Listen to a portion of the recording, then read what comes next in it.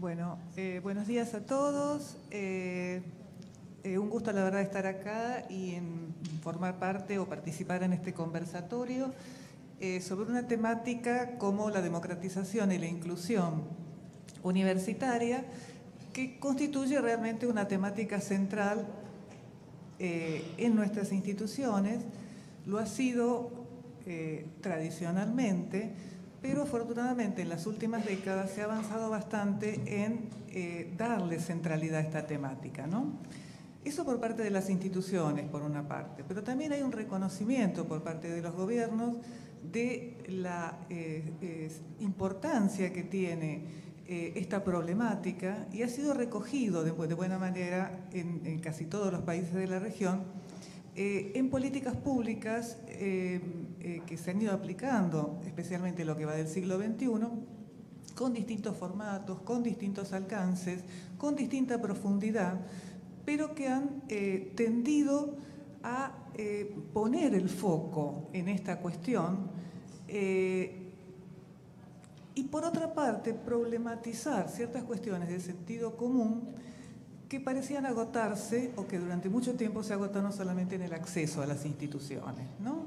Esto es, la idea de acceso no agota la ampliación de oportunidades, sino que esto necesariamente debe traducirse en una mayor permanencia y egreso y la posibilidad de obtener resultados más o menos similares, más allá del sector socioeconómico de pertenencia de los estudiantes. Desde la perspectiva conceptual, podríamos decir, democratización, inclusión, equidad, constituyen conceptos centrales que muy frecuentemente se utilizan de manera indistinta, aunque cada uno de ellos tiene una entidad y tiene una profundidad diversa, ¿no?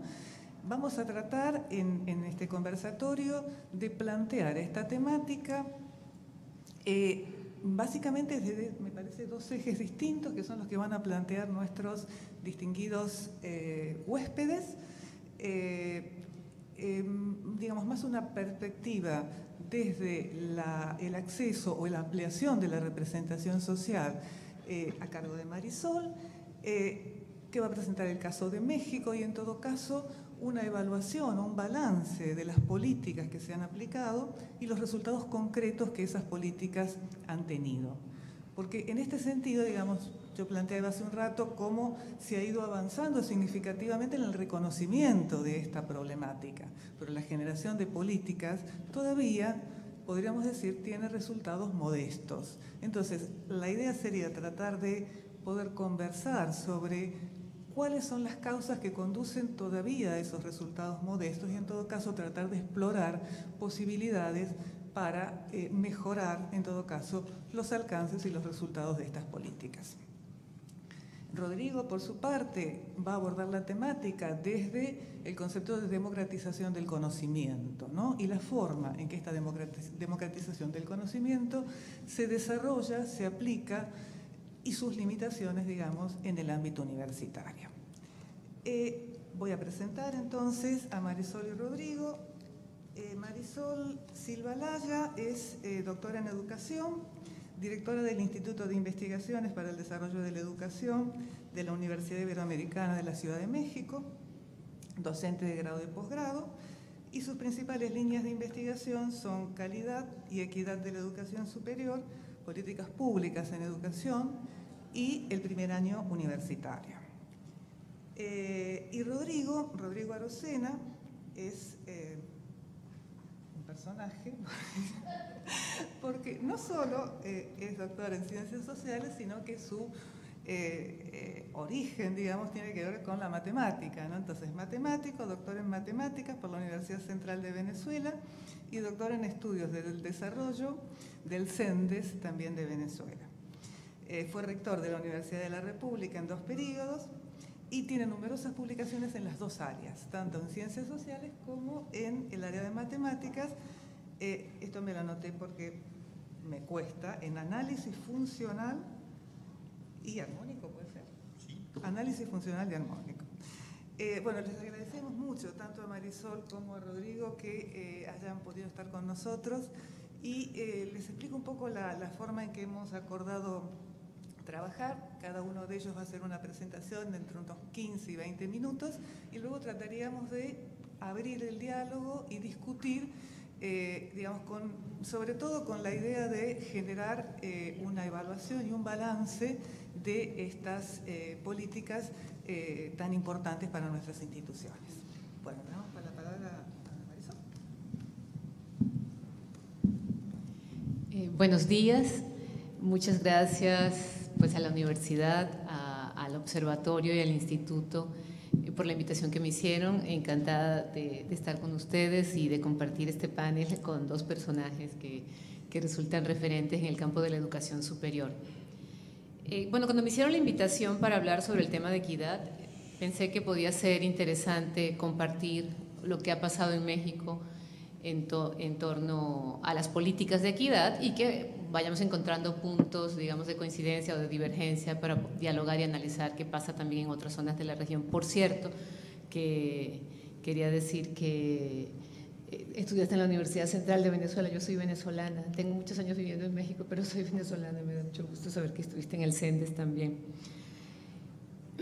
Bueno, sin más preámbulo, entro a decir, o sea, ¿por qué el tema de la equidad en educación superior y por qué las políticas de equidad que particularmente en México a partir de los 90 se pusieron como una constante y una preocupación permanente? Bueno, yo creo que el primer elemento que hay que tomar en cuenta para hacer el análisis de las políticas específicas del campo de educación superior es el contexto social y educativo, y para no alargarme traigo dos láminas que tienen que ver con este problema en México.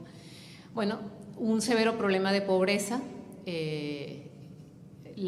Recientemente se publicaron las últimas cifras de la medición de pobreza que hace un corte a 2016 y donde se observa que si bien podemos observar una ligera caída en las cifras de pobreza o en el porcentaje de pobreza de 2014 a 2016, la verdad de las cosas es que tenemos alrededor del 50% a la mitad de la población viviendo en condiciones de pobreza.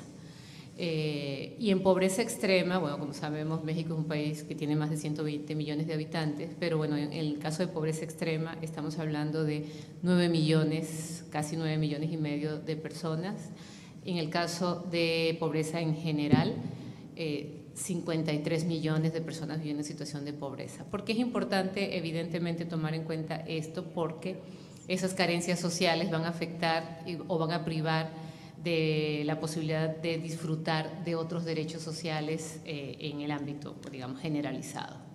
No solamente es un problema de pobreza, y esto es una de las cosas que quienes estudiamos el tema de equidad siempre tenemos que poner el acento, sino que además de que hay un problema de pobreza, hay un problema severo de desigualdad que no se combate, es decir, las oportunidades no se están distribuyendo, oportunidades sociales, las que fueran, no se están distribuyendo de manera equitativa entre la población, sino que efectivamente las personas que viven en situación de pobreza son las que tienen privación de otros derechos sociales. Entonces, por eso otro de los elementos, el segundo que aparece ahí con este bullet, el tema de desigualdad.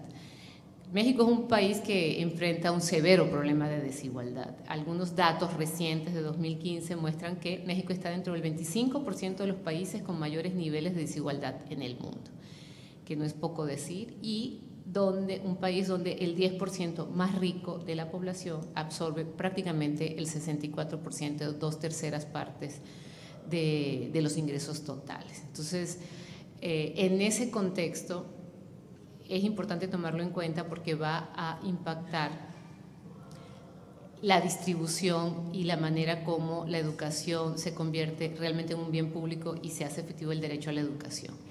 ¿Qué ha pasado desde el punto de vista de educación? Rapidísimo, en el campo de educación superior. Aquí esta gráfica muestra la evolución histórica de la matrícula desde el 2000, los años más recientes, hasta el ciclo 2014-2015. Y una cosa importante de la cual el gobierno rinde informes, y eso es importante tenerlo en cuenta, es un crecimiento.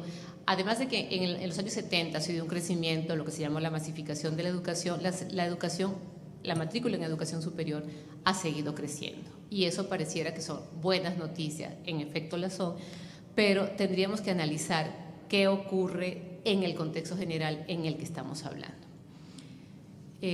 Bueno, algunos datos, porque a veces cuando pensamos en la situación en México, ayuda a dimensionar el tamaño del subsistema en educación superior.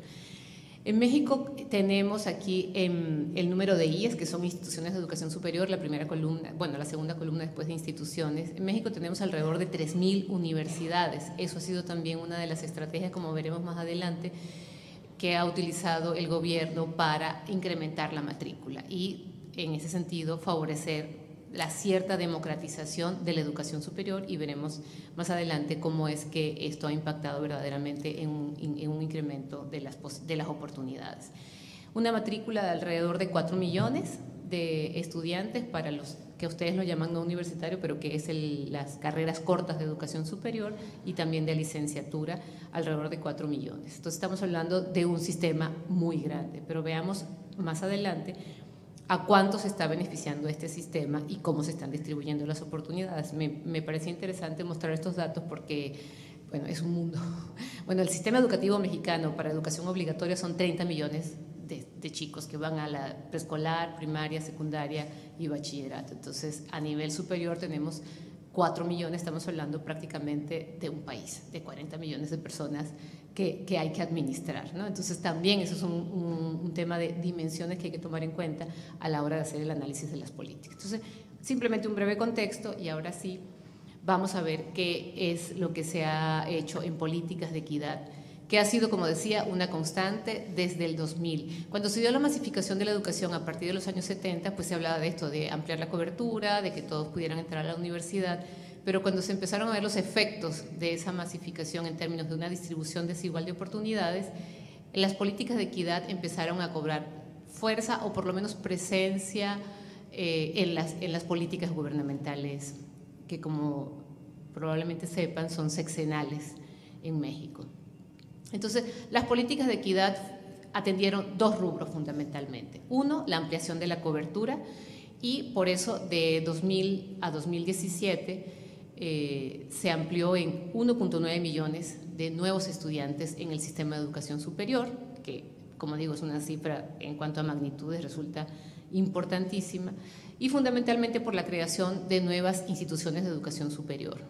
Del 2001 al 2012 se crearon 203 y actualmente, y ya para finalizar ese periodo, otras 22 para llegar a 225 instituciones. Eso nos lleva a lo que les decía hace un ratito, un total de instituciones de 2.960, casi 3.000, y de las cuales públicas son 2.007 universidades públicas en el país. Bueno, además se abrieron otros campus de las mismas universidades, por ejemplo, la Universidad Nacional Autónoma de México, que seguramente conocen, la UNAM, tiene campus en diversas ciudades para ampliar la cobertura. Otra modalidad que se ha dado más recientemente y de la cual también tiene sus implicaciones para el término de cómo se distribuyen las oportunidades fue la creación de la universidad abierta y a distancia, que, como se sabe, es como una vía expedita para ampliar la cobertura porque tienes muchos inscritos, aunque realmente no estás disfrutando lo que significa los beneficios de la educación. La segunda gran acción en términos de política ha sido otorgamiento de becas. Otorgamiento de becas para favorecer a quienes tienen menores recursos, y bueno, más o menos se dan unas 380.000 becas al año. Con este breve contexto, un poco ya lo introducía Adriana, ¿cómo podríamos analizar cuán efectivas y cuán pertinentes son esas políticas y esas líneas estratégicas que están llevando, por las que se está dando causa a estas políticas? Y bueno, ahí viene el tema conceptual, ¿cómo estamos entendiendo la equidad? Porque en efecto se llaman políticas de equidad. Ya lo decía Adriana en su introducción, normalmente estas políticas han tomado en cuenta el acceso, pero no solamente un asunto de acceso. Algunos autores que hay con los que yo he dialogado para entender y tratar de profundizar en este tema, bueno, Amartya Sen, Paula Tapí, Romer y Bolívar, permiten, y otros autores más, estos por mencionar algunos, permiten diferenciar claramente la necesidad de una concepción integral de la equidad, que tome en cuenta el acceso efectivo, y cuando normalmente se habla de acceso, yo le coloco aquí el término acceso efectivo, porque la idea es que puedan entrar los jóvenes a opciones educativas relevantes. porque muchas veces lo que ocurre es que se abren instituciones de menor calidad para atender a aquellos chavos que están fuera del sistema educativo. Entonces, lo que ocurre es una segmentación educativa y, por la vía de los hechos, también una segregación social en el campo de la educación. Entonces, un concepto integral de calidad, de equidad de la educación tendría que contemplar el acceso efectivo, la permanencia, no solamente que entren, sino que permanezcan, con procesos de aprendizaje significativos y con calidad, que tiene mucho que ver con lo que se está tratando, la evaluación de la calidad en este congreso, y que obtengan resultados, los aprendizajes, las capacidades, los beneficios de la escolaridad que están atravesados también por la calidad. Una de las cosas que agrego a este concepto es el tema de compensación de las desventajas, porque ocurre que se abren las puertas de la universidad a jóvenes que tienen diferentes conocimientos, capacidades, trayectorias, antecedentes, background en general, y se pretende que con el solo hecho de entrar la universidad o el espacio, la atmósfera, el clima universitario resuelva las diferencias, y eso ya está comprobado que no ocurre. Los chavos que vienen con menor capital cultural, con desventajas escolares, con mayores lagunas en su formación, tienen que remontar desventajas a veces insalvables, y eso lo que ocurre es que pues tengan que abandonar la universidad. Por lo tanto, los temas de compensación de desventajas tienen que ser un tema clave en las políticas de equidad. ¿Qué ha pasado? Y voy a dar algunos datos breves para luego ya centrarme en hacia dónde podemos ver. Bueno, en México, ya les decía, es un sistema muy grande, sin embargo la cobertura es insuficiente.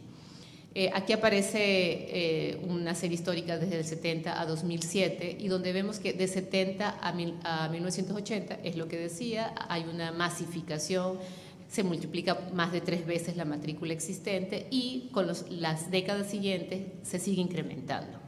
Sin embargo, la última fila muestra qué niveles de cobertura estamos logrando. Los primeros cuadros aparecen vacíos porque no hay datos precisos acerca de la cobertura que se tenía en esos momentos, porque también hay un problema de registro de la información en los sistemas. Pero, por ejemplo, en el 2000 se hablaba que teníamos un 20% de cobertura, en el 2010 29%, y recientemente con un paso acelerado de cobertura que tiene que ver con lo que ya les decía de la Universidad Nacional Abierta. Estamos llegando al 37% porque la meta de este sexenio es llegar a 40%, y el sexenio finaliza el año que viene, así que es muy probable que se llegue al 40% de alumnos registrados, lo que no significa que estén registrados en instituciones que son las que pueden resolver sus intereses.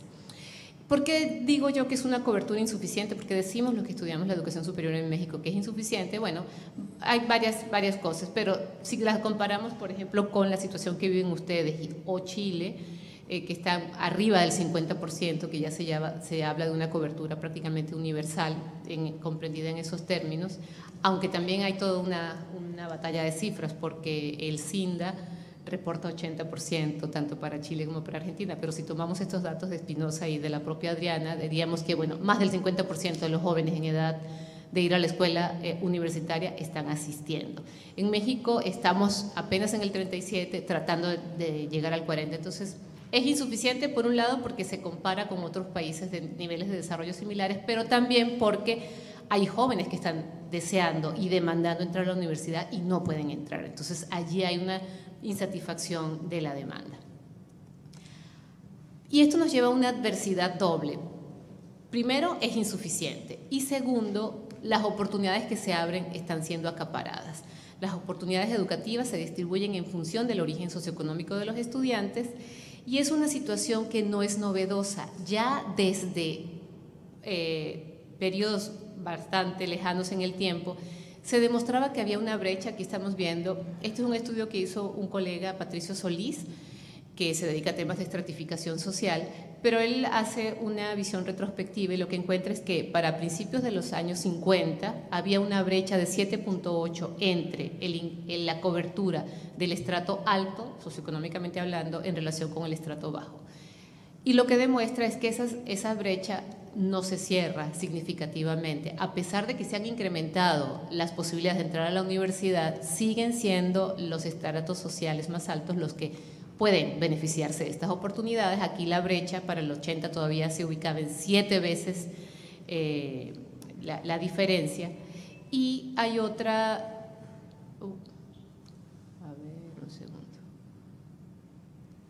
Bueno, aquí no aparece la gráfica, pero hay otra lectura más reciente del año 2015 donde se ve ya en la distribución por deciles de ingreso y se mantiene. Es 14 veces la brecha entre el último decil y el primer decil de los jóvenes que ingresan a la universidad. Entonces, sí es cierto que se ha incrementado el número, sí es cierto que estamos llegando a casi 4 millones de estudiantes, pero también es cierto que no se está distribuyendo de manera equitativa y que los sectores más pobres siguen sin asistir. Ahora, como veremos más adelante, no es un asunto que atañe solamente al sistema de educación superior, sino que se requieren políticas integrales. Bueno, los mecanismos de acceso básicamente meritocráticos, el examen, que es un tema de fuerte discusión entre quienes estudiamos los temas de equidad, porque es el examen solamente por sí solo el que da cuenta de las habilidades que tiene el estudiante y por lo tanto de los méritos que tiene, o es también producto de las consecuencias de las desigualdades previas que ha vivido el estudiante y por lo tanto no está en capacidad de aprobar esos exámenes. En México hay una gran discusión sobre este tema y bueno, se ha optado por la vía de ingreso vía examen. Yo creo que es una de las cosas que tenemos que discutir. Esto nos ha llevado, ya les decía, a una segmentación educativa. Los estratos bajos tienen opciones de calidad diferenciadas, es el caso de las carreras superiores cortas que está favoreciendo el ingreso de estos estudiantes, pero que no gozan de los mismos niveles de calidad. Y un dato, el costo por alumno. En una universidad federal, el costo por alumno es 70,000 pesos, mientras que 30,000 pesos es en estas otras universidades. Es un referente que nos ayuda a ver, bueno, cómo es que están distribuidas las calidades que tienen que ver con profesores de tiempo completo, que me parece que es fundamental. Muchas de estas universidades nuevas no tienen profesores de tiempo completo, solo por asignatura, carecen de bibliotecas, etcétera. Bueno, ¿qué calidad se está ofreciendo? Y lo que digo es que estamos caminando o estamos reforzando un sistema segregado en este índice 2020, que es el que utiliza Cinda para analizar la desigualdad, que es cuántos estudiantes de la clase alta hay por la clase más pobre, por los estratos socioeconómicos más pobres. Bueno, en las universidades públicas en México hay siete chavos, digamos, de mayores recursos por cada chavo que entra de menores recursos. Eso en las públicas, pero en las privadas el índice es de 83. Entonces, ahí sí estamos hablando, en las universidades privadas se está privilegiando la atención a las clases económicas más elevadas y eso tiene que ver con una segregación social que refuerza la desigualdad. Sobre permanencia, reiterar un poco lo que ya venía diciendo, no es suficiente el acceso. Muchos chavos entran a la universidad y a mediados del primer semestre, bueno, salen de ella porque no pueden con las exigencias de los trabajos intelectuales de la universidad. Entonces, hay algunos estudios que indican que el nivel de abandono en el primer año es del 30 hasta el 60%, dependiendo de las carreras. Hay un desconocimiento de los nuevos perfiles estudiantiles, se tiene la idea de un estudiante estándar y cuando se habla de flexibilidad realmente no es una flexibilidad aterrizada con estos perfiles educativos, sino que se pone básicamente términos curriculares que no cumplen con la atención a la diversidad de las necesidades. Demostramos algunos estudios que hay una incapacidad institucional para atender a la población no tradicional, justamente por esta idea de un joven estándar. Tal vez algunos estudios afirman que se tiene esta idea de los herederos de Bourdieu, que no hemos logrado, digamos, aterrizar ni tropicalizar en lo que son las condiciones latinoamericanas. Y también que hay escasa innovación pedagógica y poca flexibilidad curricular. Entonces, frente a esto, algunas preguntas. ¿Por qué fallan las políticas de equidad? Primero, una de las cosas que estoy convencida es que hay una concepción limitada de equidad, que se va al acceso, a que entren, aunque sea en universidades abiertas a distancia, que no satisfacen las necesidades ni resuelven los déficits, digamos, escolares que tienen los muchachos. Y hay una tendencia a la diferenciación de oportunidades. Se desatiende totalmente la permanencia y el logro de aprendizajes significativos. Muchas universidades, lejos de atraerlos y arraigarlos, los expulsan. Los chavos sienten que no pueden con ese reto, se sienten como peces fuera del agua. Hay algunos estudios que así lo reportan. Pero también una cosa interesante que yo creo que habría que explorar más es que permanece una perspectiva del déficit. Y esta visión tal vez inclusive filantrópica de que pobres muchachos no pueden, a ver cómo vamos a hacer, pero no reconocemos que hay talentos en todos ellos y que también habría que aprovechar. Y yo creo que es un reto pedagógico, porque bueno, creo que es una mirada interdisciplinaria. Habrá unas miradas económicas, unas miradas administrativas, pero la mirada pedagógica creo que ha estado ausente. Es necesario hacernos cargo de estos chavos y explotar sus talentos y también que tengan una ganancia al pasar por la universidad. Otra de las razones por las que fallan las políticas es porque el financiamiento es insuficiente. Bueno, en México apenas se está rozando el 1% del PIB, cuando el reto ha sido que haya un financiamiento mayor.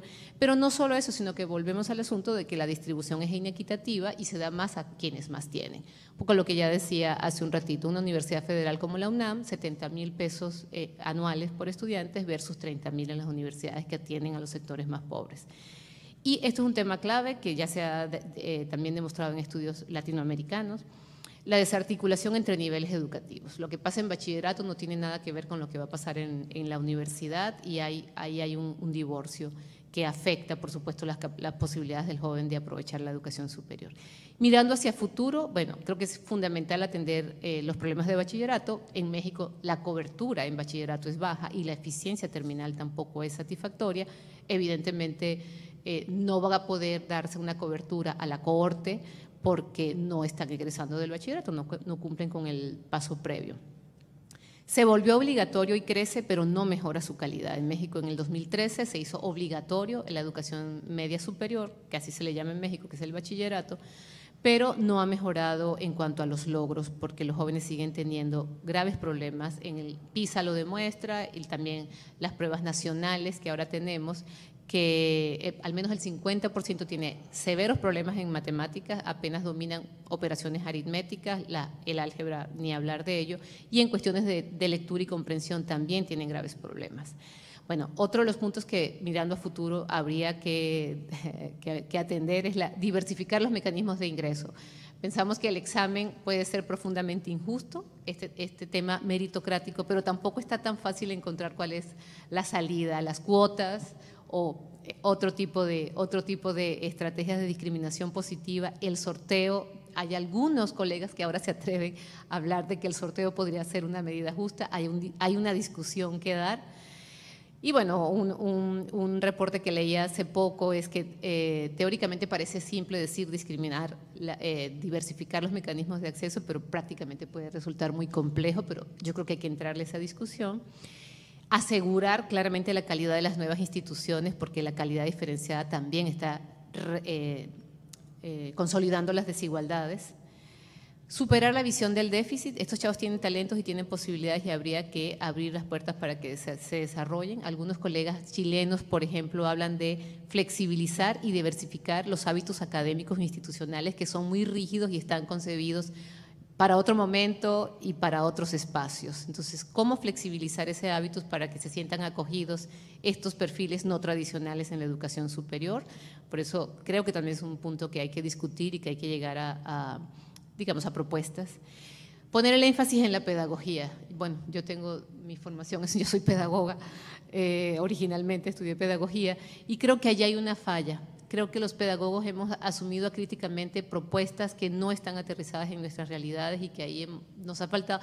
También lo cierto es que tampoco hemos leído suficientemente la producción latinoamericana, por ejemplo. El mismo Freire es mucho más leído en África, en Asia, que en América Latina. Por allí yo creo que hay un tema que necesitamos como pedagogos asumir. Y bueno, el financiamiento equitativo. Aquí es una lucha que yo creo que tenemos que dar porque se siguen reportando cifras de equidad, pero la verdad de las cosas es que en cuanto a financiamiento no se está digamos, aterrizando. Bueno, algunas de las ideas que quería compartir y bueno, quedamos abiertos para el diálogo.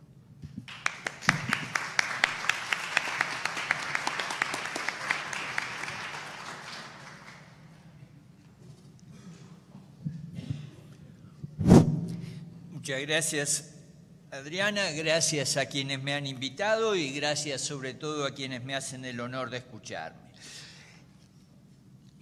Me gusta esto de un conversatorio.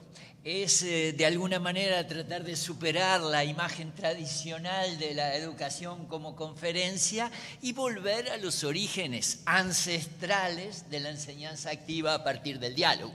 Claro, obliga a quien expone a ser muy esquemático.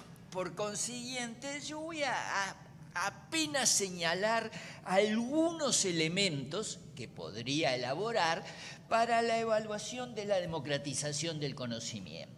Digamos alguna cosa general, muy poquita sobre esa. El conocimiento es cada vez más, como ustedes saben, fuente de poder. Por lo tanto, las grandes luchas sociales del siglo XXI van a tener que ver con esto. Y en principio no es fácil que avancemos en la democratización del conocimiento porque los sectores poderosos tienen un acceso mucho más directo y una compenetración con ellos. Plantéense ustedes cuáles de los actores populares tienen en su agenda la cuestión de la democratización del conocimiento. En el Uruguay, al menos, ninguno. Entonces, ¿podemos tener alguna esperanza en la democratización del conocimiento? Sin duda, básicamente por un motivo, lo que yo llamaría la hipótesis del susto. Hay un susto profundo sobre cómo y para qué se está usando el conocimiento. Por un lado, la degradación ambiental, todo lo que ustedes saben muy bien. Y por otro lado, está siendo una aterradora amenaza en materia de desempleo.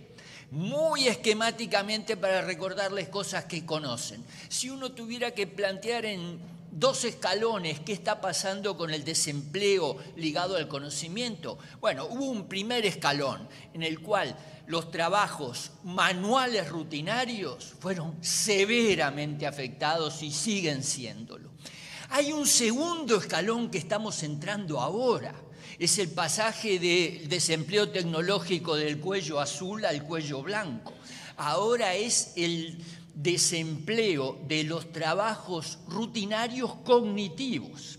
Entonces, la hipótesis del susto dice en este caso concreto que si se quiere pelear, como seguramente buena parte de la sociedad lo querrá, contra el desempleo tecnológico, entonces la democratización del conocimiento exige generalizar la educación superior permanente, que es la única manera de que la gente combine, haga lo que haga, el seguir aprendiendo siempre con el desempeño laboral.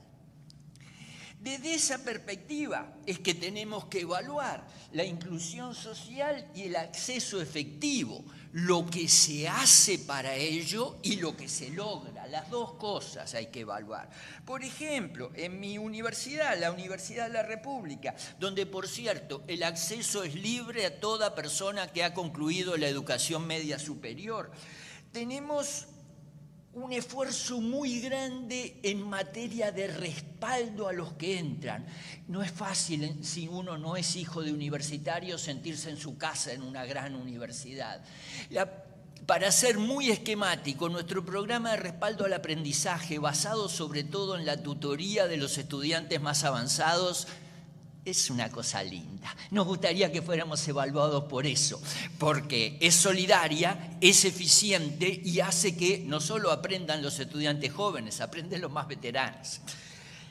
Estamos teniendo que ver con la cuestión de inclusión social. Tenemos para la evaluación, y para no hacer solo dar frases, sino también algún número, 54% de los estudiantes de la Universidad de la República son hijos de papá y mamá a los cuales el país no les dio la oportunidad de pisar una institución de educación terciaria. Bueno, eso nos parece que serían cosas que hay que evaluar. ¿Cómo evoluciona eso? Porque tiene que ver con las cuestiones en las que terminaba recién Marisol de poner el énfasis. La democratización tiene que ver con el acceso social, al que recién hablamos, pero también geográfico. El Uruguay, para quienes no lo conozcan, es un enano acromegálico, está todo absolutamente concentrado en la capital. Entonces, el esfuerzo grande de los últimos años en particular, pero con mucho antecedente, por democratizar geográficamente el acceso a la educación superior, es de las cosas que uno querría señalar como pequeños elementos que hay que tener en cuenta para una evaluación, y hablando siempre al galope para que esto sea un conversatorio. Ahora bien, si nosotros queremos generalizar la educación superior permanente, incluso para un viejo como yo que pueda seguir aprendiendo, entonces hay una cosa que es la más desafiante de todas. Hay que enseñar en las aulas y más allá de las aulas. ¿Cómo se puede imaginar un país, una sociedad en la cual todos continúen estudiando toda la vida si solo se estudia dentro de las aulas? ¿Qué hacemos? ¿Aulas de cuánto? ¿De 120 millones de personas en México, 3,5 millones en Uruguay? Todos sabemos que se aprende estudiando, pero todos deberíamos saber que se aprende trabajando en contextos creativos. Entonces, cosa que los médicos saben desde hace 1000 años, cuando empezaron a enseñar en los hospitales del Imperio Bizantino, o sea que no estamos descubriendo nada nuevo. ¿Cómo puede ser que solo pensemos en las aulas tradicionales como espacios de aprendizaje? Recién las compañeras tenían la amabilidad de entrevistarme para la Universidad Nacional de Rosario y yo terminaba lo que decía en algo que me permito mencionarles a ustedes. Yo tengo un nieto de 3 años, no sé si voy a vivir para verlo desempeñarse laboralmente, pero seguro que si lo hago me va a preguntar: abuelo, ¿es cierto que en tu época solo se estudiaban las aulas? Qué raros que eran ustedes. Entonces ahí tenemos un desafío absolutamente central, la idea de evaluar en qué medida vamos aprovechando todo espacio donde algo socialmente útil se hace bien como un aula potencial. Esto claramente, y me parece que tiene que ver con la brecha a la que se refería Marisol, tiene que ver con repensar la educación media. Porque si nosotros queremos que la mayoría de la población pueda acceder a la educación superior permanente, entonces, primero, la educación media tiene que dejar de hacer esa divisoria más o menos tradicional entre los que solo pueden trabajar y los que son bachilleres para estudiar. Pero además de que eso implica que todos en la educación media al concluirla deberían poder seguir estudiando, si pensamos que la educación superior es conexión permanente con el trabajo, quiere decir que todos los que terminan la educación media también deberían poder acceder a un trabajo digno para combinar educación y trabajo. Menuda cuestión evaluar en qué medida se está haciendo eso.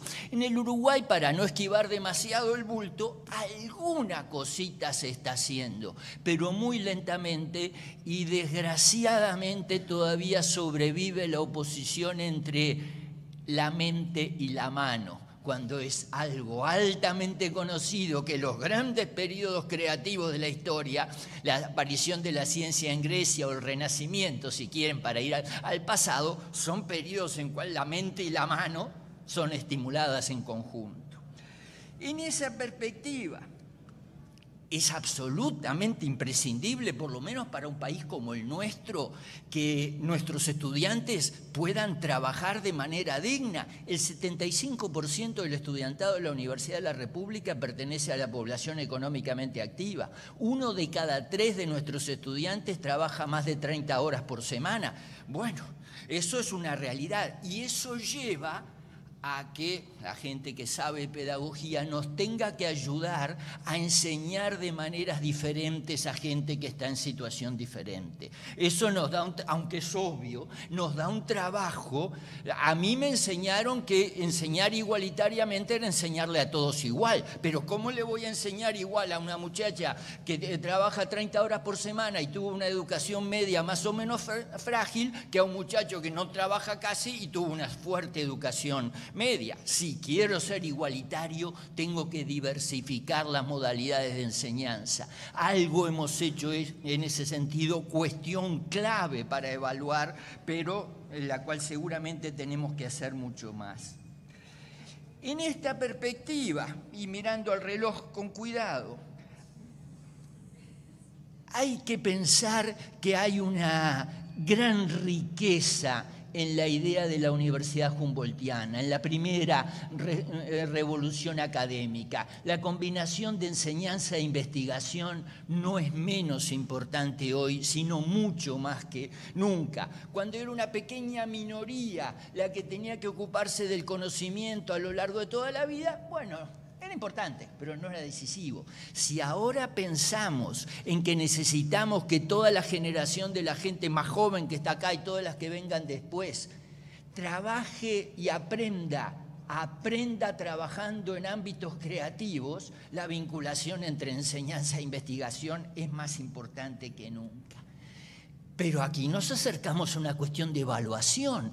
¿Cómo evaluamos la investigación? Bueno, yo no me voy a meter en el difícil tema de qué pasa en cada uno de los países de ustedes. Voy a hablar del mío nomás. En mi país predomina una suerte de acuerdo entre el gobierno, que no le importa mucho el asunto y que lo que quiere es tener un mecanismo ágil, y las élites académicas para esencialmente tener un método de evaluación que yo no digo que esté mal, digo que es semipléjico, que es una cosa diferente. Un método de evaluación centrado en la contribución a las publicaciones de corriente principal evaluadas por los editores de las revistas del norte. Lo cual, naturalmente, señala, entre otras cosas, que ponemos en los editores de las revistas del norte la evaluación de nuestra política de investigación. ¿Quiere decir que no tenemos que publicar? De ninguna manera. América Latina, y decirlo en el país de Hussein, de Leloir, etcétera, no vale la pena abundar. América Latina tiene que poder participar en el debate académico internacional, y para eso hay que publicar en todos lados, con los problemas propios, con una línea académica propia. Necesitamos, sí, investigación de calidad internacional, pero investigación nacional, volcada en buena medida, no investigación charrúa, diríamos en el Uruguay, no investigación chiquitita, pero sí planteada en términos de los problemas nacionales y con vocación social. ¿Cómo se evalúa eso? Déjenme decirles que cuando lo intentamos en la Universidad de la República tuvimos 2 etapas. Llegamos a un cierto acuerdo, era un sistema variado, plural de evaluación, pero el cuerpo académico lo bloqueó. El cuerpo académico lo bloqueó. Y entonces ahí tenemos una cuestión absolutamente clave, porque si los investigadores jóvenes se acostumbran a que las pautas prevalecientes de la investigación son las que ahora prevalecen, para decirlo de manera académicamente muy elegante, estamos fritos. Estamos absolutamente fritos, porque entonces van a estar permanentemente mirando al exterior, y si uno mira al exterior, es mejor irse al exterior para trabajar. Es evidente que uno publica mucho más si quiere publicar en términos de lo que ustedes saben, si está fuera del país. A mí me parece extraordinario. Yo hace 20 años venía a la Argentina, era matemático todavía en aquella época, y veía como buena parte de los jóvenes matemáticos interactuaban con los grandes matemáticos argentinos que venían del exterior. Interactuaban para irse. Empecé a venir de nuevo hace 6 o 7 años y noté un cambio enorme. Noté que estaba reviviendo la ciencia argentina. Para un uruguayo que conoció la gran ciencia argentina de los años 60, cuando era la primera ciencia de América Latina, después dejó de serlo, pero lo era claramente, eso es sumamente estimulante. Ahora, ¿cómo hacemos para que eso se afirme más? En los 5 minutos que me quedan, voy a todavía insistir en otra de las grandes tradiciones universitarias. Si la Universidad Humboldtiana de combinar enseñanza con investigación tiene más validez que nunca, la Universidad Latinoamericana de combinar enseñanza, investigación y extensión tiene todavía más validez. ¿Y cómo evaluamos eso? De nuevo, tendría muchas cosas concretas para decirles, déjenme ponerme el sombrero de la modestia. No perdimos esa batalla en la Universidad de la República, pero no la ganamos. No la ganamos por rechazo del cuerpo académico en buena parte a la importancia de la extensión, pero también toda la verdad debe ser dicha, porque buena parte de los extensionistas ven como su tarea enfrentar al conocimiento avanzado. Estamos fritos. Si la tarea de la extensión no es trabajar en interacción con otros actores, interacción donde todos aprenden y todos los saberes se ponen en conjunto, pero la universidad aporta el suyo, entonces estamos fritos. Ahí tenemos muchas cosas para evaluar que son claves. Acercándome a terminar, la democratización de la educación superior no puede ser un proceso aislado, no puede ser un proceso ajeno a la democratización del conocimiento en su conjunto. ¿Y qué aporta la universidad a la democratización del conocimiento, aparte del tema del cual hemos estado hablando en esta mesa con una especialista y un diletante? Bueno, por ejemplo, en líneas concretas de trabajo. Nosotros tenemos un programa muy difícil que nos da un laburo de la Madonna que se llama Investigación e Innovación orientadas a la inclusión social. No les voy a contar la historia de él, pero surgió a propuesta de la Federación de Estudiantes en el momento de la gran crisis de comienzo de siglo y da una idea de para dónde queremos ir con este asunto de la democratización del conocimiento y el papel universitario. Cosas a evaluar. Hay que evaluar finamente, claro, hay que evaluarlo cuantitativa y cualitativamente. En definitiva, la democratización del conocimiento es una estrategia sin la cual no hay desarrollo humano sustentable. Por lo tanto, todas las variantes de la democratización del conocimiento debieran pensarse, entre otras cosas, en relación a un desarrollo que sea social y ambientalmente sostenible. Estamos peleando con los árbitros de algunas revistas. En general nos dan por la cabeza, por el artículo que tenemos sobre evaluación con el que luchamos. Pero hay algo que a todos o a casi todos les gusta y es cuando hablamos al final que necesitamos construir, permítame decirlo en inglés porque bueno, tenemos que pelearlo en inglés y después lo traduciré al español porque hay que pelear en la Academia Internacional. Cuando decimos que queremos construir una DevMetrics, una métrica para el desarrollo que tome como elementos para evaluar la enseñanza, la investigación y la extensión, entre otras cosas, y además de su calidad intrínseca, su contribución al desarrollo. En fin, es bueno terminar ahora. Estamos a 100 años de Córdoba, muy cerca, en el corazón universitario de América Latina. ¿Cómo definir el proceso de Córdoba en muy pocas palabras? El proyecto de democratizar la universidad para colaborar desde la universidad a democratizar la sociedad. Ese proyecto era muy importante en junio de 1918, es mucho más importante 99 años después.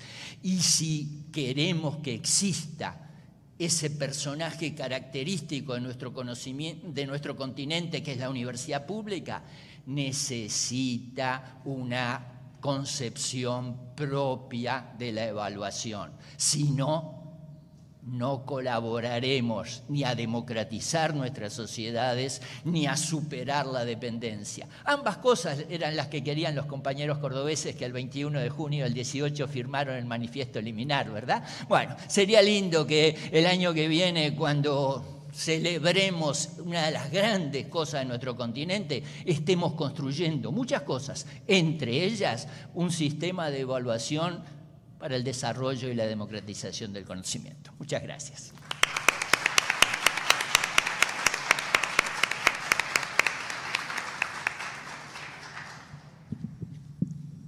Bueno, muchas gracias a Marisol y a Rodrigo, que además de dar unas excelentes presentaciones, autogestionaron el tiempo, así que realmente invitados de lujo.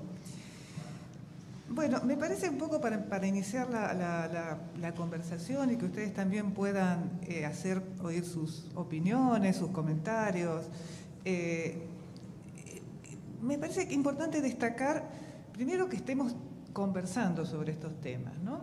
Que los tengamos planteados como temas que debemos atender dentro de nuestras instituciones, porque digamos, el problema de la baja cobertura del nivel universitario, el problema de las dificultades en torno a la permanencia o al egreso, son problemas que permanentemente a lo largo del siglo XX se fueron manifestando en nuestras instituciones sin alcanzar una centralidad en la discusión y sin tampoco ser recogido por la política pública. Por eso me parece que, digamos, es importante este paso que se ha dado, pero es insuficiente.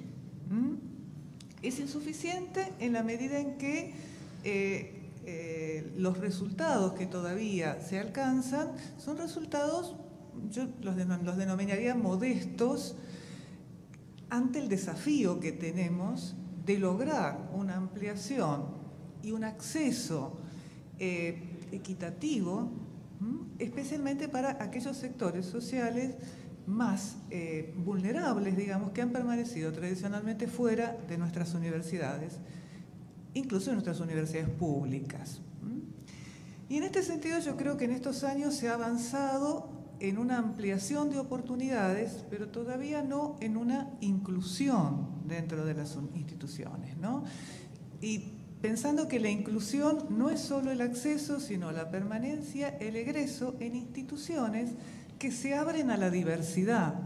Y por lo tanto, para abrirse a la diversidad, para abrirse en serio a la diversidad, tienen que transformarse para poder dar cabida a esos grupos diversos, con necesidades diversas, con habilidades diversas, y simultáneamente enriquecerse en el intercambio.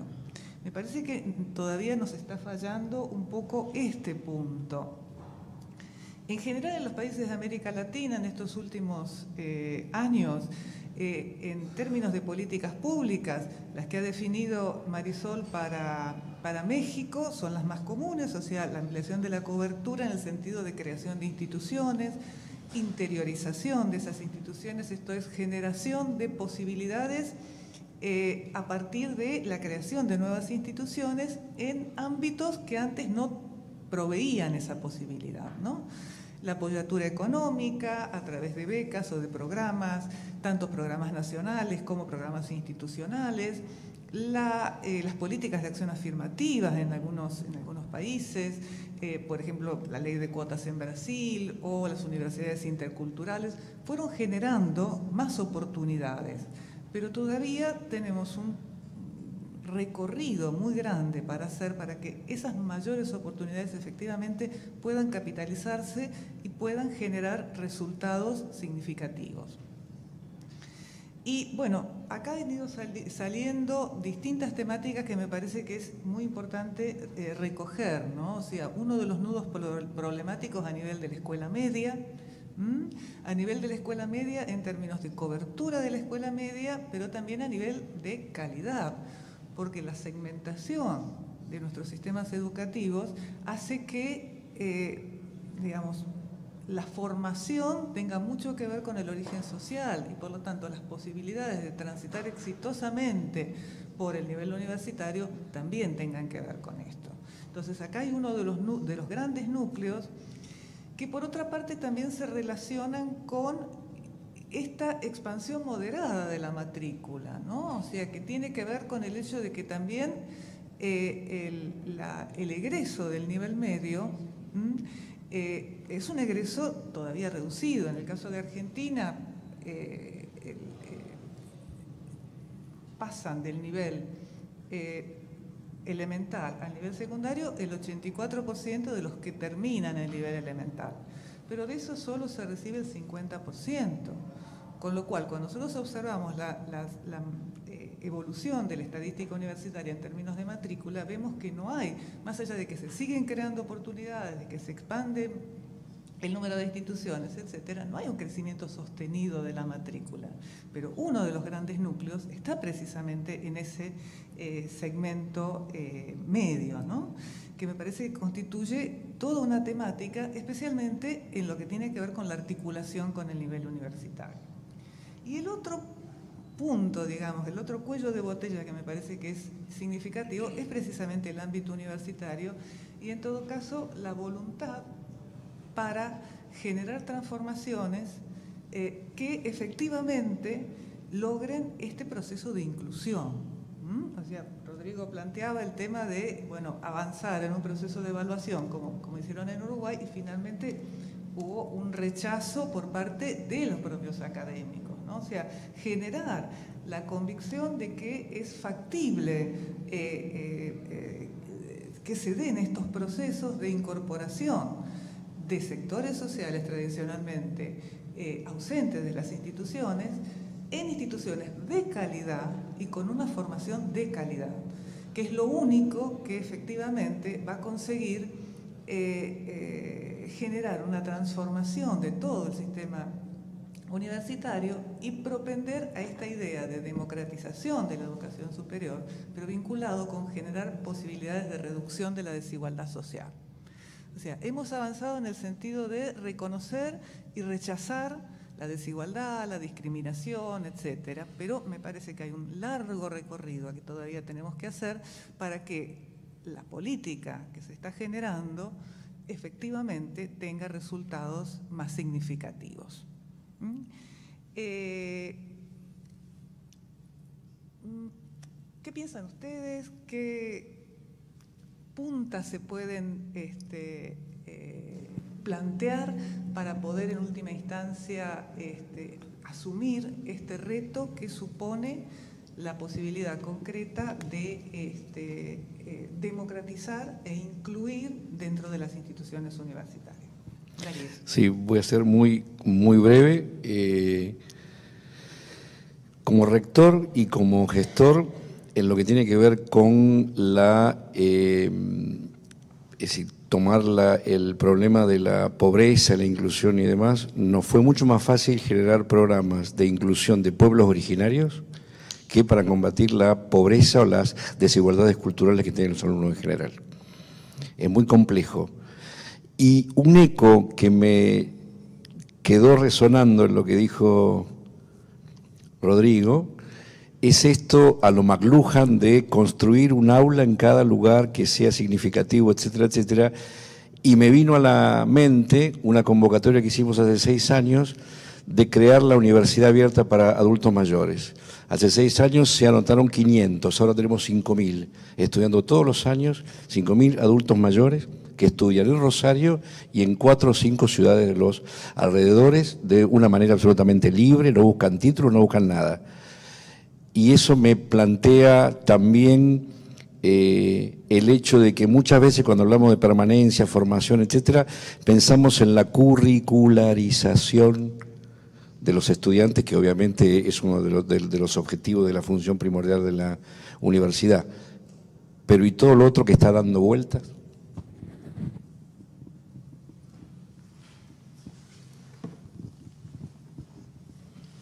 Bueno, alguna reflexión, porque realmente los felicito por las presentaciones, por la incógnita que dejan, pero alguna reflexión sobre cómo lo veo y cómo he vivido todo este tema desde hace 50 años que yo ingresé a la universidad. Hoy yo veo que en muchos casos se pone como un logro, o se pone como un, no sé si un logro o un problema, que hay un grupo importante de estudiantes que provienen de hogares donde ninguno de los progenitores son universitarios. Y como si eso fuera una novedad. Hace 50 años, cuando yo ingresé a la Universidad de La Plata, éramos la mayoría que no teníamos padres universitarios, pero incluso que no teníamos padres con nivel medio. Y sin embargo, nosotros estudiábamos aquí, en mi caso particular, a 500 kilómetros de donde era mi hogar de residencia. O sea que a los 17 años uno parte, se va a 500 kilómetros, no teníamos celulares, no teníamos absolutamente nada, nos comunicábamos de algún modo con padres que no habían pasado, en el caso de mi padre, 5º grado, en el caso de mi madre había terminado la primaria. Pero en aquella época también es cierto que socioeconómicamente las oportunidades eran otras. Pero había algo que nosotros sí teníamos, que para mí es el verdadero problema. La enseñanza que nosotros recibimos en la escuela primaria y en la enseñanza media nos permitió llegar a la universidad, y en mi caso particular, ingresando en el año 67 con gobierno militar, con cupo y examen de ingreso.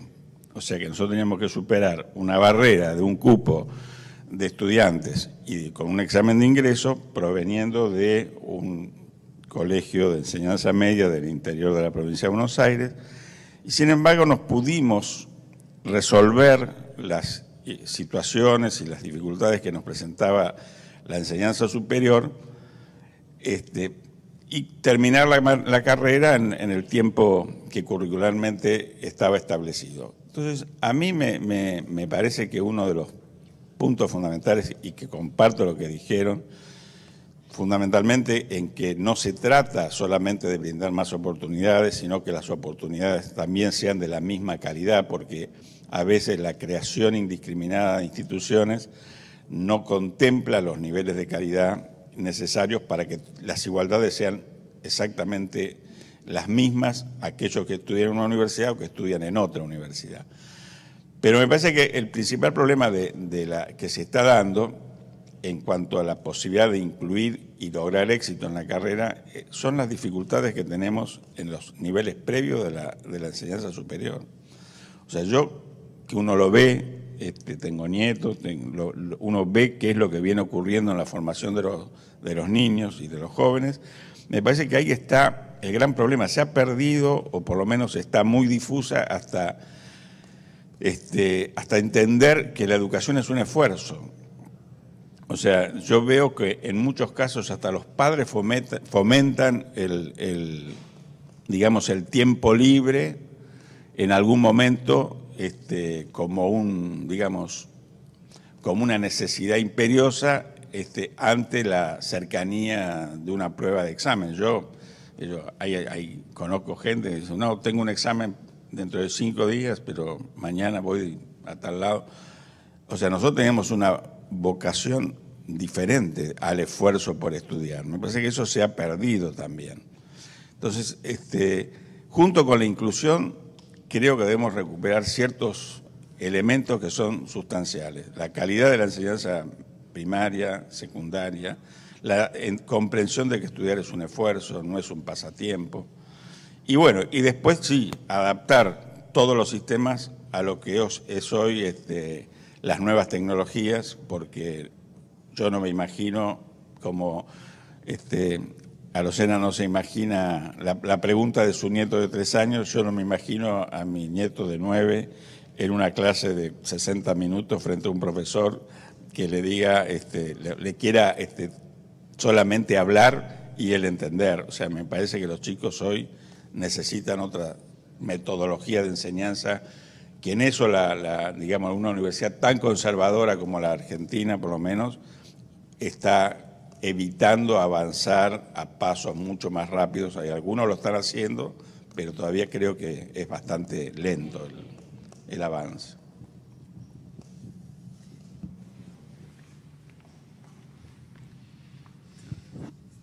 Hola, buenos días. Bueno, mucho gusto y un placer haberlos escuchado. Yo tengo una larga experiencia mexicana, porque egresé del CINVESTAB, del Departamento de Investigaciones Educativas. Y previo a eso, durante mucho tiempo estuve yendo como participante de investigaciones. Hago esta referencia para decir que lo que quiero comentar de México no es el resultado de un viaje turístico, sino de un vínculo muy profundo con el país, además.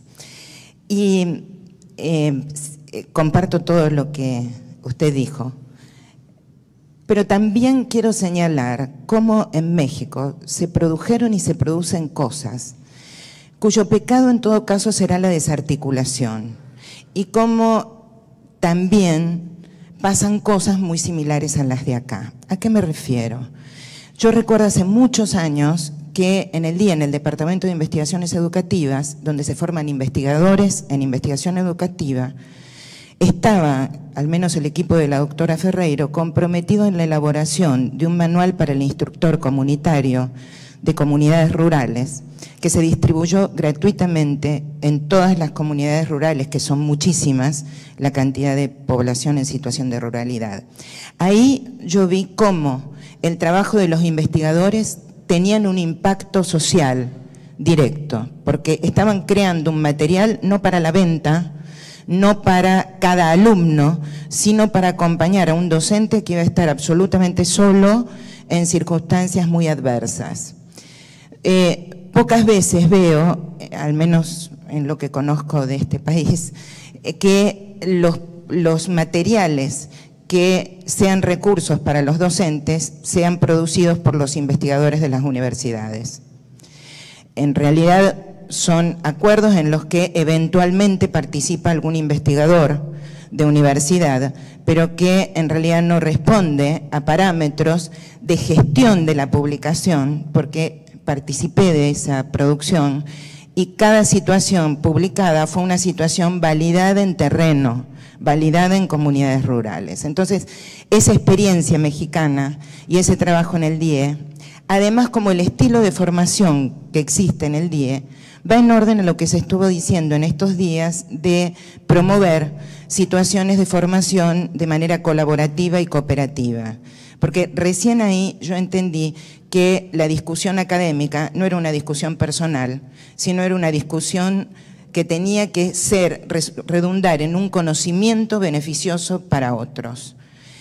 Y eso supone una dinámica institucional, supone decidir políticas institucionales que habilitan espacios de discusión entre investigadores, que habilitan modos de circulación del conocimiento que no son los que estamos acostumbrados en la tradición argentina. La otra cuestión que vi y veo es que, tuve ocasión de hacer un relevamiento de datos en el estado de Querétaro, en escuelas normales, donde egresan licenciados para, en México el maestro es un licenciado que o egresa de la Universidad Pedagógica Nacional o de las escuelas normales que se transformaron en licenciaturas. Como usted señalaba, muchos chicos que estaban haciendo esas licenciaturas, que son educación superior, estaban ahí por no haber podido entrar a otra instancia. Entonces, eso por una parte. Y por otra parte, porque la formación de estos docentes estaba anclada en currículas antiquísimas, mientras que las currículas para nivel primario estaban en una absoluta actualidad. Porque si hay algo que me llamó la atención en México es que cada nuevo gobierno propone una nueva currícula para la escuela primaria. Es decir, es como una medida proselitista crear una nueva currícula para la escuela primaria, pero los otros niveles quedan ahí. Eso podemos decir aquí también, porque los profesorados no han sido, recién ahora está discutiéndose las currículas de los profesorados, por ejemplo. Entonces, ahí se genera un círculo vicioso, porque las escuelas, los institutos superiores de donde egresan docentes, futuros docentes, tienen carencia de currículos adecuados y coherentes con lo que se va a exigir a nivel primario, y a la vez el cuerpo académico permanece desde hace muchísimos años en plazas que no se renuevan o que escasamente se renuevan. Eso también sucede aquí, con otro estilo, con otras modalidades. Algo que tiene México que a mí me parece admirable es la tradición del libro gratuito. Entonces, esto crea contextos paradojales. Por un lado, uno ve un esfuerzo en programas de investigación, pero por otro lado ve los resultados que acaba de mostrar la doctora. Esto a mí me hace pensar que tenemos que aprender de la experiencia mexicana, mucho, porque hay mucha cosa lograda. Por ejemplo, el primer lugar donde yo vi una escuela media para sordos fue en México. Y en ese sentido, yo trabajo en alfabetización y particularmente me han ocupado en alfabetización como terreno de investigación, de formación y de extensión. Y particularmente también quiero señalar lo innovador que fue en su gestión el profesor Mayorana, porque él nos convocó a un equipo que estábamos de manera bastante oculta y poco reconocida, investigando en alfabetización de sordos, nos convocó a generar un programa en el ámbito de la universidad dedicado a la alfabetización y la interculturalidad. Con esto, ¿qué quiero decir? Que aún dentro, y tiene que ver con lo que el doctor decía respecto del cuerpo académico. En el cuerpo académico hay temas que una cosa es hablar de la inclusión como objeto de reflexión, como concepto, como discurso político. Y otra cosa es hablar de quiénes son los incluidos. Porque cuando uno habla de alfabetizar, entendiéndolo como un proceso continuo que no termina jamás, y gracias a Dios existe la Universidad de Adultos Mayores como esperanza para los que estamos cerca de esa universidad, si no ya en ella,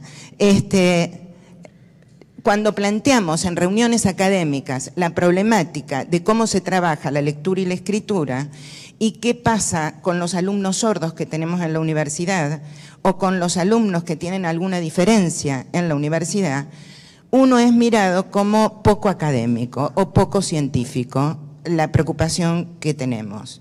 Y resulta que el nudo de la cuestión, y lo señaló bien recién el señor al hablar de sus nietos, estamos en un mundo donde coexisten las culturas de lo impreso, las culturas digitales, las culturas manuscritas, y en las universidades seguimos no viendo esta coexistencia. Y si bien comparto que el nivel medio tiene mucho que desear, creo que es el nivel medio, y lo que se dijo de nivel medio, está interpelando a la educación superior. Porque quienes tienen a cargo el nivel medio son gente formada en nivel superior, universitario o no universitario. Entonces me parece que no podemos repensar la universidad como una instancia que recibe gente que viene de no sé dónde, porque nosotros formamos a gente o somos parte de la formación de gente que tiene a su cargo el nivel medio. Entonces me parece que es desde la política universitaria que también tenemos que asumir un punto que Marisol, perdóneme la confianza, dijo con claridad, la reflexión pedagógica, y que también lo señaló él. Es decir, parece un espacio ausente. Hablamos de inclusión y hablamos de incluir a los pobres. Sin duda, los pobres son siempre patologizados, pero no son solo pobres los que acceden y los que deben acceder a la universidad. Entonces, hay muchas formas de ser y de estar. Entonces, bueno, me parece muy interesante. Gracias por la opinión que me permitieron dar.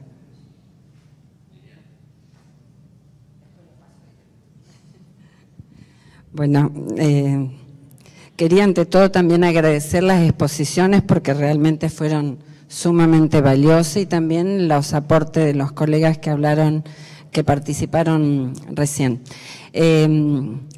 Quería referirme a dos cositas muy puntuales, esa articulación universidad, escuela media, universidad. Creo que vamos a estar casi todos de acuerdo en los problemas que reúne la escuela media, pero a veces eso nos desliga de hacernos las autocríticas y reflexiones, ¿no? Por ejemplo, nunca me parece que hemos puesto atención suficiente en la formación de los profesores de primer año. Yo suelo ser que a veces en primer año parecería que juntásemos piantalumnos, porque realmente hay una distancia muy grande por lo que la escuela media no hace, pero también por lo que pedagógicamente yo, quizás porque tenga también esa mirada pedagógica, por lo que la universidad no hace al respecto, ¿no? Para retener en primer año. Y no solo en lo pedagógico, sino también en lo curricular, porque seguir manteniendo, ahora están en revisión, y es muy importante que así se haga, pero seguir manteniendo esos diseños donde están cargados los primeros años de física, química, biología, sin ninguna relación con la profesión para la cual se está formando, está archisabido que eso atenta realmente contra la retención.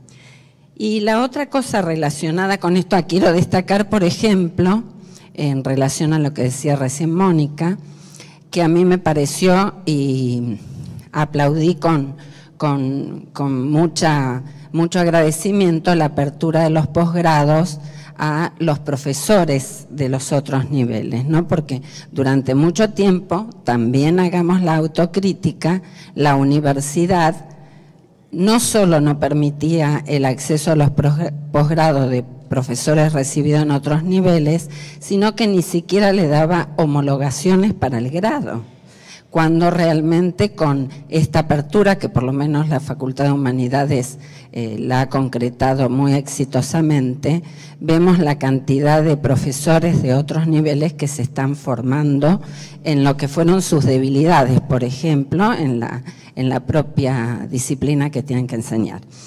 Y el otro punto decía que quería comentar es que tengamos cuidado.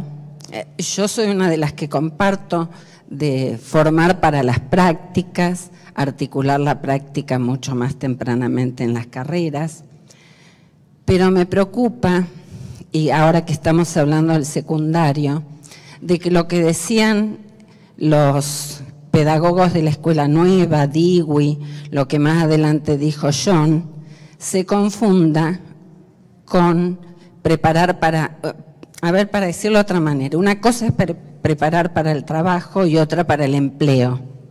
Una cosa es preparar para el trabajo y la universidad tiene la obligación de preparar críticamente para todas las formas de trabajo posible, y otra es preparar para ir a ocupar nichos laborales.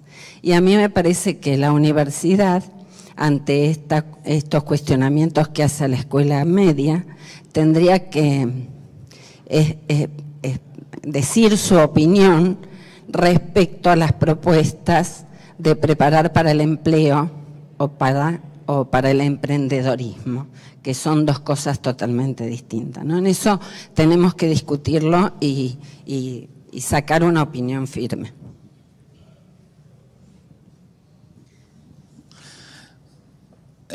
Muchas gracias y mis respetos a toda la exposición del panel.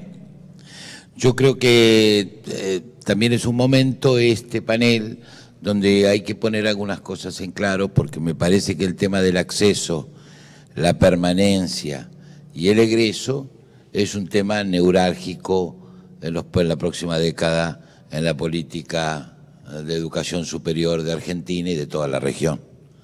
Es decir, en este punto nos va el modelo de universidad que queremos, la definición del rol de la universidad, nos va el modelo de financiamiento público de nuestra educación superior, porque todos sabemos, y no lo podemos ocultar, que todas las cuentas de la educación superior se hacen sobre la lógica de estas tres variables que acabamos de poner en juego y que me parece que son la lógica de las cuentas generales de la educación superior, más allá de lo que significa la investigación y otras áreas que efectivamente abordamos en el seminario. Eso me parece que es importante tomar esto y tomarlo con la delicadeza del caso. Yo creo que la universidad todavía no le ha prestado la suficiente atención en todos sus niveles a estos tres problemas. Creo que la memoria universitaria no juega más como recuerdo que como memoria. Y distingo memoria de recuerdo en cuanto que la memoria es aquella pregunta de la historia que aún sigue vigente y que necesita una respuesta. En Argentina es verdad, y comparto con Alberto aquello de que aquellos que íbamos a la universidad teníamos otra preparación, otra vocación y otra llegada. Pero también no es menos cierto que cuando recuperamos la democracia el 23% de los argentinos terminaba la educación media. Tampoco es menos cierto que de ese 23% solo el 16% iba a universidad y solo el 7% egresaba de la educación superior en Argentina. Hoy nosotros hay una demanda social que aún en la política menos acertada es tan potente que la universalización de la escuela media es inevitable casi por fortaleza de sociedad más que por política pública. Y esto va a ocurrir en toda la región como ocurrió en otras regiones. Entonces, no podemos esquivar el desafío de que quien termina la escuela media va necesariamente a pedir aumentar su apuesta personal. y que las sociedades van a pedir aumentar su apuesta y que van a venir a golpear las puertas de las universidades de múltiples sectores sociales, nos guste o no nos guste, sepamos qué hacer o no sepamos qué hacer. Lo podemos recibir de cualquier manera. Entonces, debatir este concepto que me parece fantástico que lo empecemos a debatir en la universidad, que es el de inclusión, me parece que habría que darle la dimensión pedagógica de la que hablaba Liliana, vamos a tener que hablar de contención en la universidad, que era algo ajeno a nosotros. Si yo fuese a cualquier universidad de la Argentina que pierde el 30% de su matrícula en el primer cuatrimestre y le preguntase a las autoridades quiénes se fueron, ya tendría un problema. Y segundo, por qué se fueron sería un problema peor. Todos sabemos que en muchas universidades hacemos trampa y elevamos una matrícula en julio, recién después de que se rindió la primera materia. Esa cantidad de jóvenes en negro que hay en la educación, que va entre que se termina la educación secundaria y en aquel que definitivamente el legajo ingresa a la universidad, hay que decirlo, porque de esos jóvenes no es responsable nadie. Las provincias dicen que ellos cumplieron con el secundario y nosotros decimos que no, que vinieron pero no se quedaron. Entonces vamos a hablar cosas claras para que podamos evaluar lo que realmente nos sucede en uno de los problemas más graves que tenemos. Gravísimo es, que lo vamos a tener que abordar. Y nosotros, porque en realidad también hay que poner en juego en esto, ¿qué piensa la sociedad de la universidad? Porque nosotros también seguimos pensando que la universidad nos ve, la sociedad nos ve como nos veía en los 80 y quizás no. Europa hace 3 años que tiene paralizado su egreso, sus cuentas de egreso, sus niveles de egreso, porque los jóvenes quizás también empiezan a apostar a otra cosa, o piensan de la universidad de otra manera, o piensan de las certificaciones de otra manera. Entonces, me parece que todo esto que tiene que ver en definitiva con la inclusión es un debate para darlo en profundidad. Bueno, gracias. Bueno, coincido con la última. Escuchamos a vos y después cerramos la lista de... gracias por sus exposiciones, la verdad muy claras y aportaron mucho al debate. Y bueno, retomando las intervenciones de Liliana y del compañero, digamos, creo que mi preocupación tiene que ver con el primer ciclo, ¿no? Digamos, y quería recuperar esta idea de Marisol respecto de que el primer ciclo merece una especificidad propia, tanto, bueno, pedagógica como curricular, pero como también política, porque nos debemos una articulación no solo con el nivel medio, sino también con las instancias de apoyo que se fueron creando y que son muchas, ¿no? Digamos, en general, los espacios de tutoría, de acompañamiento, tienen poca articulación con el primer año, con los profesores de primer año. En Argentina, digamos, el ingreso sabemos que es irrestricto, pero ese dispositivo no opera homogéneamente en los actores que intervienen en ese primer ciclo. O sea, si uno entrevista a profesores de primer año, no todos, digamos, no lo van a decir abiertamente, pero no todos asumen que el ingreso a la universidad es un derecho, ¿no? Digamos, y que el ingresante es un sujeto de pleno derecho, ¿no? Digamos, entonces creo que hay mucho ahí por trabajar, sobre todo desde una perspectiva que articule política, pedagogía y currículum, ¿no? Bueno, le damos unos minutos a nuestros invitados para que puedan cerrar entonces la discusión. Pues muchísimas gracias por los comentarios. Yo la verdad es que estuve apuntando porque todos son mis temas. Yo me dedico a investigar calidad y equidad de la educación superior y específicamente el primer año. Por cierto, un tema que retomé ya hace varios años con Ana María Escurra, digamos compatriota de ustedes y con quien en algún momento tuve el gusto de trabajar este tema. Y yo, para cerrar, digamos, algunas reflexiones, y es que hay como 2 niveles en la reflexión, o muchos más, pero yo quiero en ese momento destacar 2, y es como el macro y el micro, y a veces nos quedamos mucho en el macro de lo que tiene que hacer, digamos, a nivel gobierno y de políticas federales, gubernamentales, pero también está este otro nivel que podemos hacer a título personal y a título institucional, y me parece que varias de las cosas que se han mencionado aquí son claves para dar cuenta de que es posible fomentar capacidades también al interior de las instituciones para transformar estas realidades. No todo es un poco esperar esta idea de que venga del gobierno y decidan el financiamiento. Sí, yo creo que allí tenemos un terreno importante de análisis,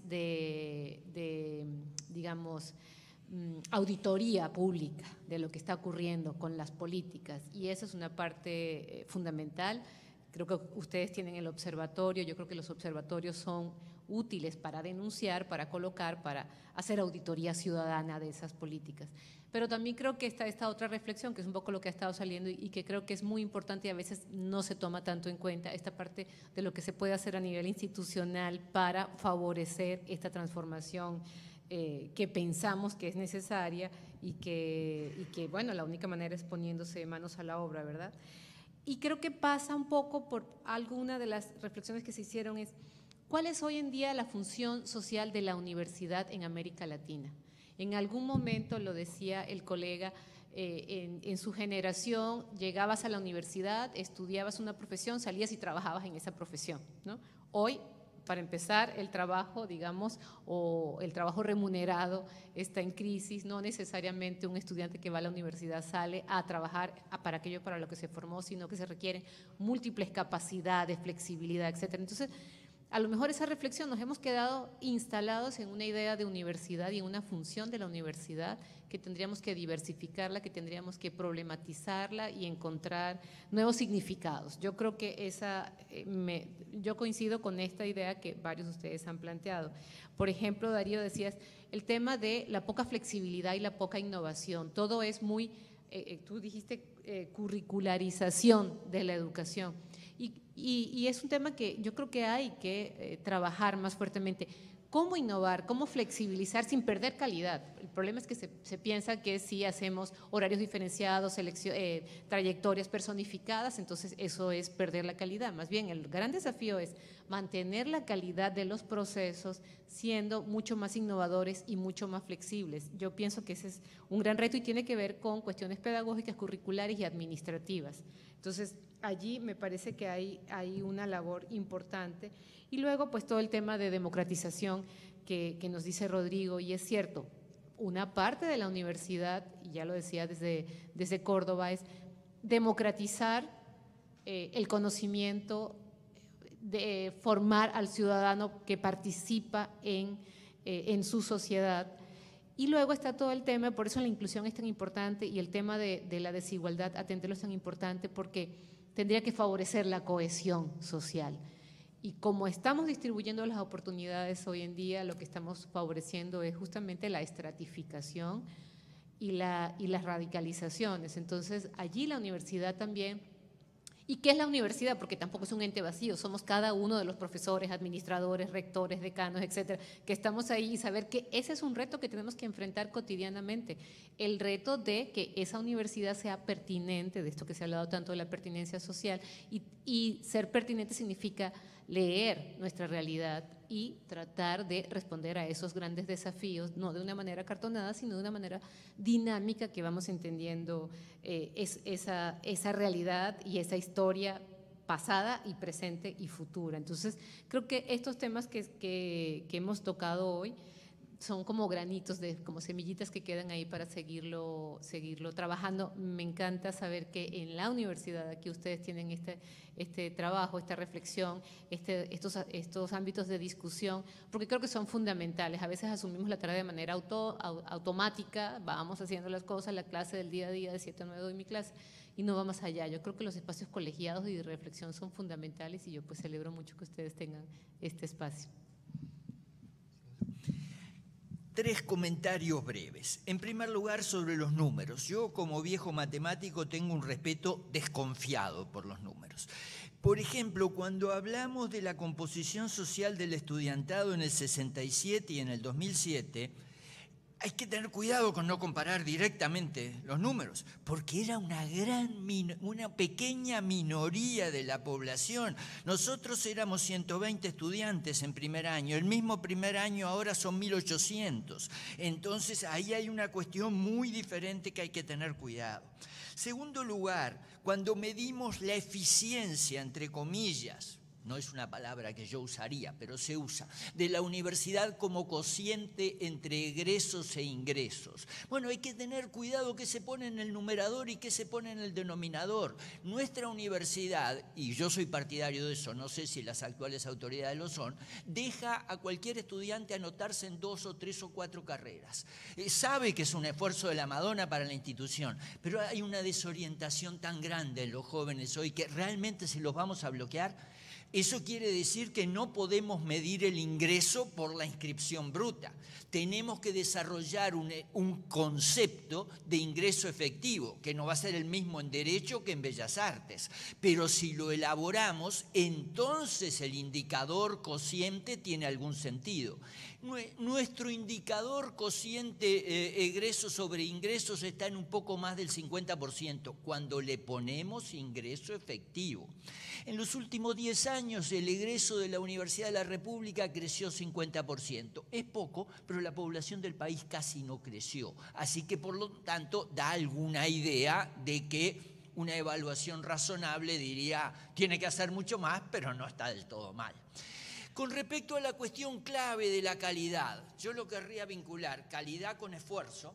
No hay calidad de la educación sin esfuerzo de los protagonistas, o sea, de los estudiantes. Y no hay esfuerzo si nosotros no enamoramos para estudiar. Entonces, por ejemplo, en la educación media, ¿es razonable que esperemos que las muchachas y los muchachos en este mundo tan complicado de hoy hagan un gran esfuerzo en la educación media si eso no les garantiza algunas cosas, entre otras el ingreso a la educación universitaria? ¿Es razonable que sepan que después se van a tener que jugar todo en un examen? Bueno, nosotros tenemos una cosa que nos ha dado mucho trabajo, pero defendemos que quien concluye la educación media bien tiene derecho al acceso a la educación superior. Porque si no realmente, aparte que nos parece una cuestión de justicia social, etcétera, pero podemos esperar que la educación media sea vista por los jóvenes como algo en el cual vale la pena romperse el alma. Ahora, no es solo allí donde hay que vincular calidad, esfuerzo, oportunidades. Ejemplo concreto, el Uruguay tiene un movimiento sindical digno, diría yo.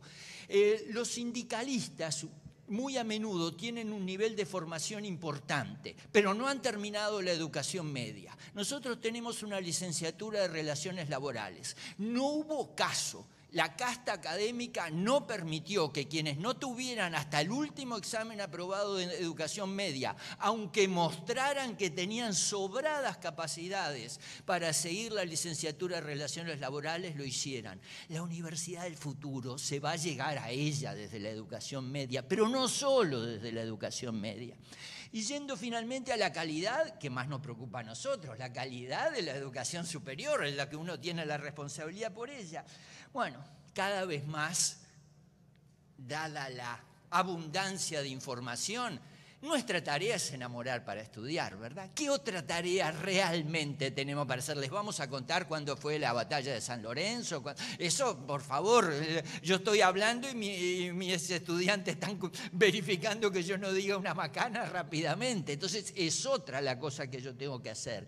Por consiguiente, ahí es la innovación educativa.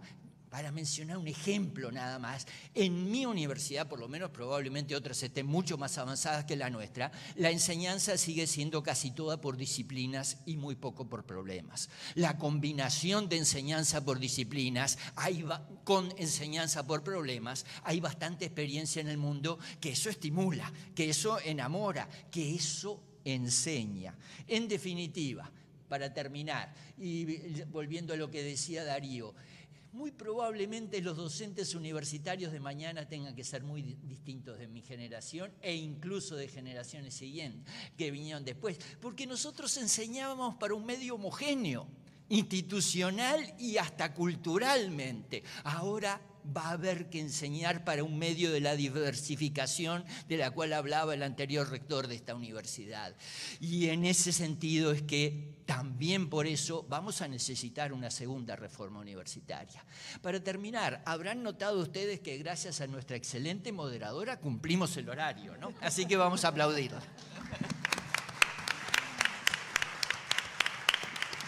No, en realidad es gracias a la calidad de Marisol y Rodrigo. Realmente creo que hemos pasado un momento muy importante, muy instructivo y bueno, esta es recién el inicio de una larga discusión que vamos a tener que dar en nuestras universidades, en nuestros espacios de trabajo, para que se tome conciencia de la profundidad que tiene esta problemática y de lo importante que supone poder resolverla de manera adecuada.